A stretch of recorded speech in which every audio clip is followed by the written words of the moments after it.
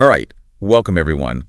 Today, we're going deep on a topic that's absolutely crucial to the future of AI. Yeah, it's fascinating, isn't it? So we've talked a lot about the amazing potential of AI. I mean, it seems like every day there's a new breakthrough. But there's a big challenge holding us back. Oh, absolutely. It all comes down to data, or rather, the lack of it. Right. We've got these powerful AI engines ready to revolutionize industries, but they need fuel. And that fuel is high-quality data. Lots and lots of it. And that's where we hit what some are calling the AI wall, right? It's this point where progress stalls because we just don't have enough of the right data to train these increasingly sophisticated models. It's a huge bottleneck, no doubt about it. But what if, and this is where it gets really interesting, what if there was a way to create our own fuel perfectly tailored for each AI engine?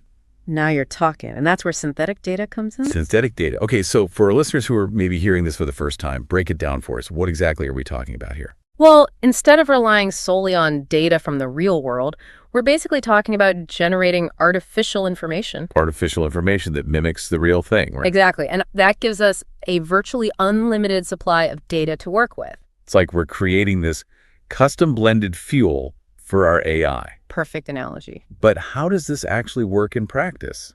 What are the nuts and bolts of creating synthetic data? There are different techniques, for sure. But one approach that's become really popular uses something called GANs.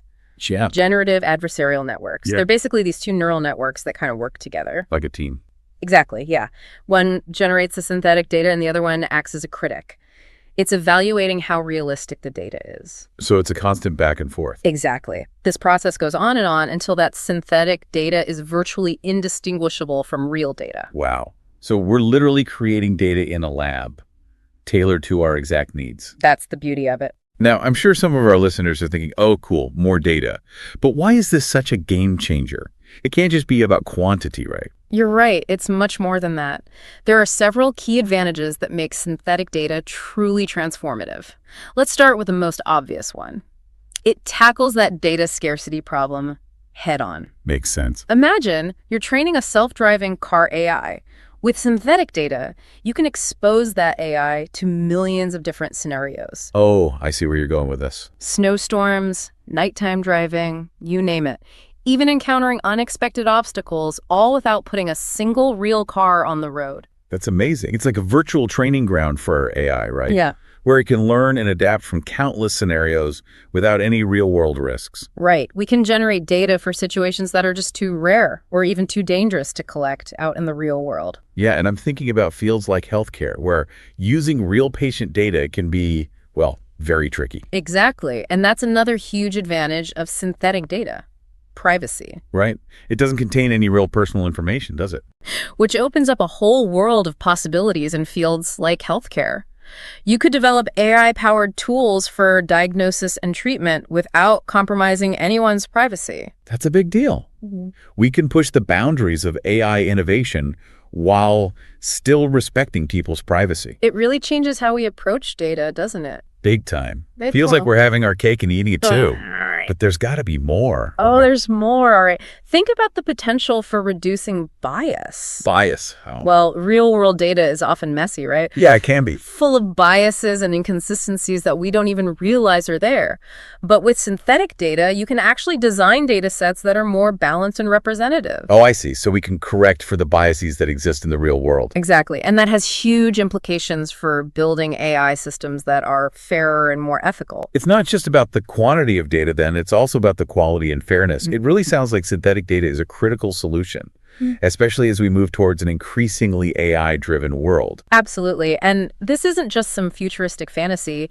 Industry leaders are already recognizing the potential of synthetic data. Oh yeah, for sure. There's a lot of buzz around it. Like Henry Ager, he's the founder of Latent Space Advisory, and he sees synthetic data as absolutely pivotal to the future of AI. He really believes that as the demand for AI solutions grows, and as the limitations of real-world data become even more apparent, well, synthetic data is going to bridge that gap.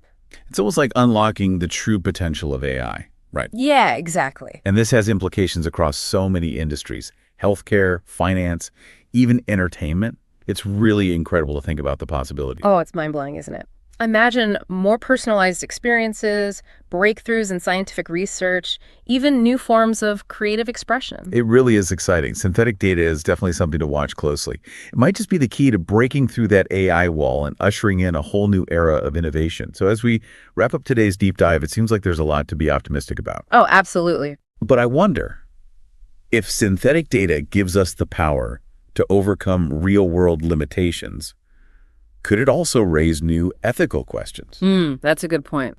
I mean, if we can create data that mimics reality, what does that say about the nature of truth and authenticity? It's almost philosophical, isn't it? It is. It's something to think about, for sure. As we venture further into the world of AI, we're going to need to navigate these questions carefully. But that's a discussion for another deep dive. For now, I think we've given everyone a lot to chew on. So until next time, keep exploring, keep questioning, and keep pushing the boundaries of what's possible. See you then.